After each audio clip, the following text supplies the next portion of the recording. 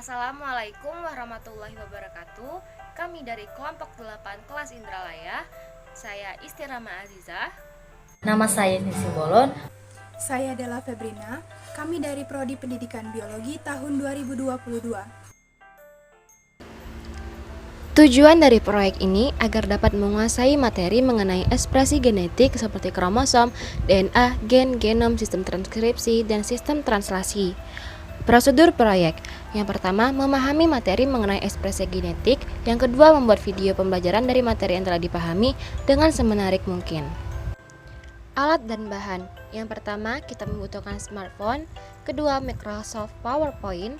Yang ketiga, Microsoft Word. Dan yang terakhir, CapCut. Adapun konten yang akan kita bahas, yang pertama ada gen, yang kedua ada kromosom, yang ketiga ada DNA, yang keempat genom, yang kelima kode genetik, yang keenam sistem transkripsi, dan yang terakhir sistem translasi.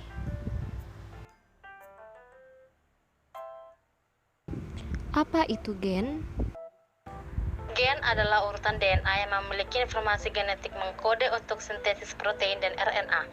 Secara klasik, gen didefinisikan sebagai bagian dari kromosom yang menentukan atau mempengaruhi satu karakter atau fenotipe atau properti yang terlihat seperti warna mata, tipe rambut, warna kulit, dan sebagainya.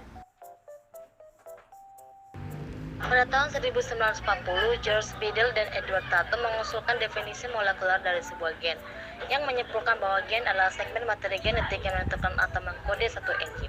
Hipotesis, satu gen, satu enzim. Kemudian konsep ini diperluas menjadi satu gen, satu polipeptida, karena banyak gen mengkode protein yang bukan enzim atau untuk satu polipeptida dari protein multisubunit. Kromosom. Istilah kromosom digunakan untuk merujuk pada molekul asam nukleat yang merupakan gudang informasi genetik dalam virus, bakteri, sel eukariotik. Pada sel tubuh kita, kromosom terdapat pada nukleus atau inti sel. Kromosom merupakan kumpulan kromatin atau benang-benang halus yang menebal dan memendek saat pembelahan sel serta bisa menyerap warna. Pada kromosom itu terdapat asam nukleat yang berupa DNA dan RNA dan juga protein.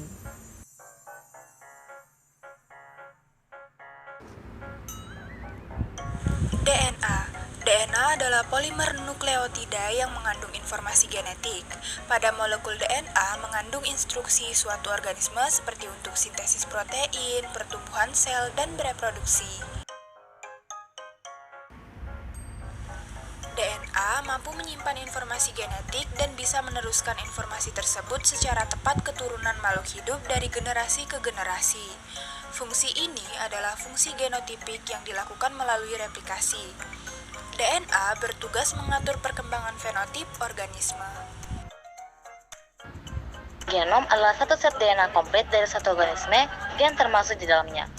Genom mengandung semua informasi yang diperlukan untuk membentuk dan menjalankan fungsi organisme. Ukuran genom merupakan jumlah total DNA yang terkandung dalam satu salinan lengkap genom.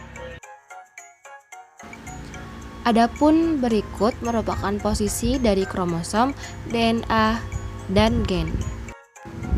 Nah, jadi di sini terdapat gen yang dimana merupakan unit terkecil dari suatu makhluk hidup yang mengandung substansi hederitas, yang dimana gen ini terdapat pada lokus di kromosom.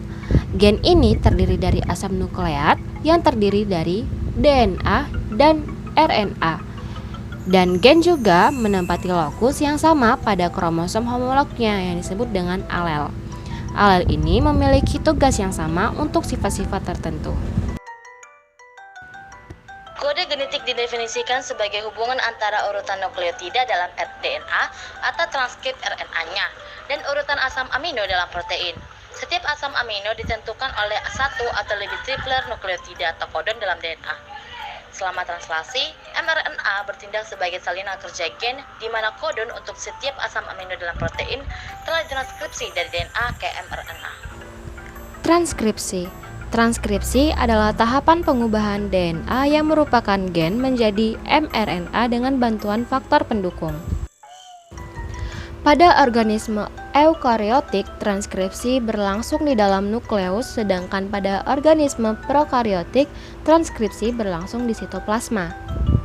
Pada sel prokariotik, transkripsi dan translasi dapat terjadi secara bersamaan, sedangkan pada sel eukariotik, transkripsi dan translasi terjadi secara bertahap.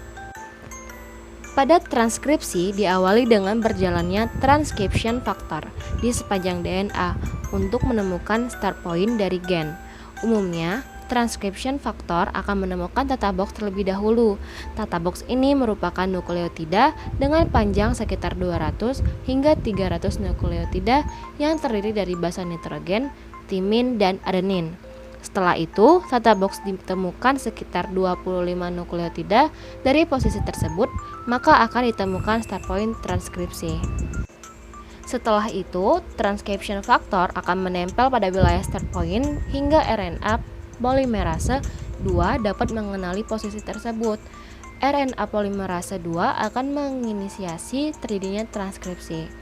Setelah tahapan inisiasi, enzim RNA polimerase akan mencetak rantai RNA berdasarkan template yang terdapat pada DNA. Tahapan ini akan berlangsung terus-menerus hingga ditemukannya wilayah terminasi pada DNA.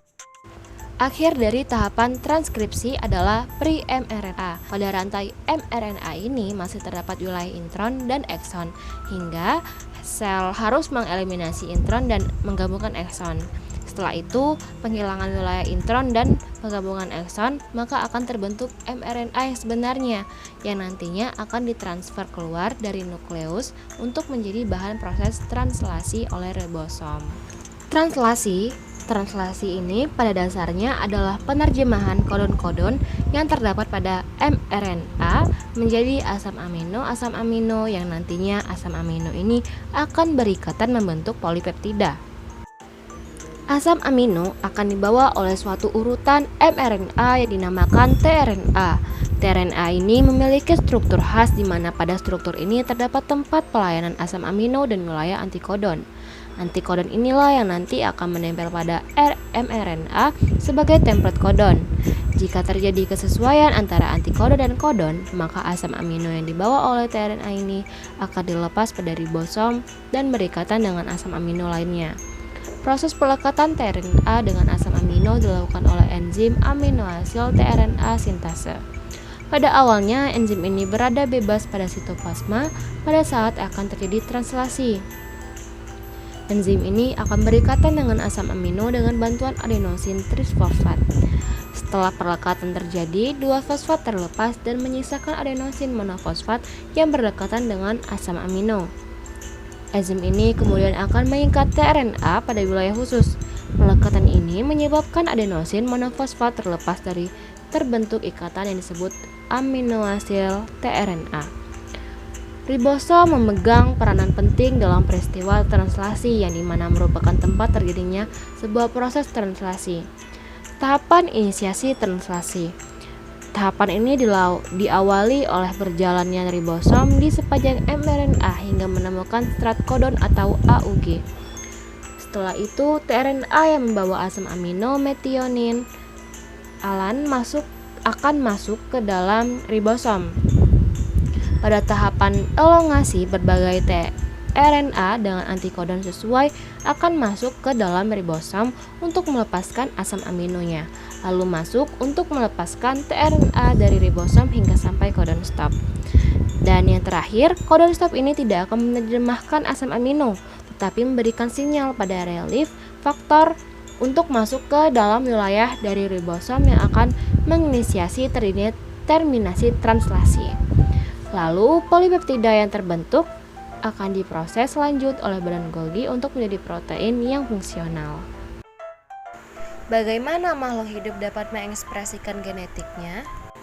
Makhluk hidup dapat mengekspresikan genetiknya yaitu dengan gen. Namun tidak hanya gen yang berperan, karena terdapat satu kesatuan dalam gen ini seperti adanya kromosom, DNA, RNA, dan genom yang merupakan bagian dari gen juga. Yang dimana gen ini merupakan suatu hal yang penting yang berperan dalam penurunan sifat dari induk kepada keturunannya. Gen terdiri dari bagian DNA tertentu atau segmen. Segmen tertentu mampu mengendalikan karakteristik keturunan tertentu. Hal ini biasanya dilakukan oleh proses transkripsi dan proses translasi. Sekian dari kami, terima kasih. Wassalamualaikum warahmatullahi wabarakatuh.